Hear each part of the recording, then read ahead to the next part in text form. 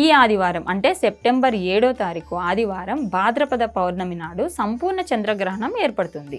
అది మన భారతదేశంలో కూడా కనిపిస్తుంది. ఈ చంద్రగ్రహణం సెప్టెంబర్ 7 రాత్రి 9:58 గ్రహణం ప్రారంభమై సెప్టెంబర్ 8 తెల్లవారుజామున 1:26 ముగుస్తుంది. ఇది ఈ ఏడాది చివరి చంద్రగ్రహణం. నూతక కాలం అంటే ఆదివారం మధ్యాహ్నం 12:57 నూతక కాలం ప్రారంభమవుతుంది. ఈ సమయంలో ఆలయాల తలుపులు కంప్లీట్గా మూసేస్తారు. ఎలాంటి పూజలు కూడా నిర్వహించరు. గ్రహణం పూర్తయ్యాక సంప్రోక్షణ చేసి తిరిగి మళ్ళీ ఆలయాల తలుపులు తెరుస్తారు. గ్రహణంలో ఎందుకు తినకూడదు, ఎందుకు ఈ నియమాలు పాటించాలి అని అడుగుతూ ఉంటారు. సైన్స్ ప్రకారంగా చూస్తే గ్రహణం సమయంలో వాతావరణంలో సూక్ష్మజీవులు ఎక్కువగా ఉంటాయి. దానివల్ల మనం వండుకున్న ఆహారం త్వరగా పాడైపోతుంది. శాస్త్రం ప్రకారం చూస్తే కడుపు తేలికగా ఉంచితే ధ్యానం, జపం ఎక్కువగా చేసుకునే ఫలితాలు ఉంటాయి కాబట్టి ఆ సమయంలో తినకూడదంటారు.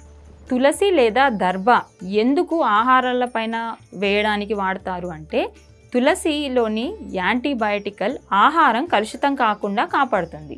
పవిత్రత కోసం శాస్త్రం దీనిని సూచిస్తుంది.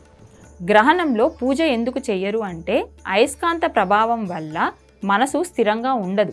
జపం, ధ్యానం చేయడం వల్ల మనసు ప్రశాంతంగా ఉంటుందని శాస్త్రం చెప్తుంది. శరీర శుభ్రత, వాతావరణ కలుషిత ప్రభావం తొలగిపోతుందని చెప్పి మనకి గ్రహణం తర్వాత స్నానం చేయమని చెప్తారు. అలాగే శాస్త్రం ప్రకారంగా చూస్తే పాపాలు, దోషాలు నశిస్తాయని చెప్పి విశ్వాసం.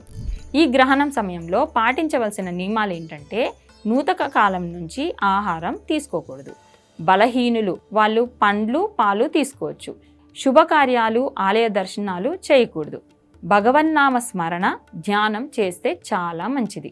గ్రహణం ముగిసిన తర్వాత స్నానం చేసి ఇల్లు శుభ్రంగా చేసుకుని పూజ చేసుకోవాలి.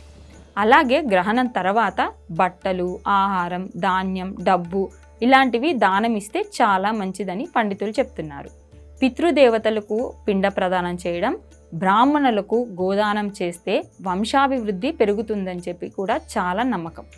మొత్తానికి చంద్రగ్రహణం శాస్త్రం ప్లస్ సైన్స్ కలిపిన ఆచారం. శరీరానికి శుభ్రత, మనసుకు పవిత్రత. ఇదే గ్రహణ సమయంలో పాటించే నియమాల అసలైన అర్థం.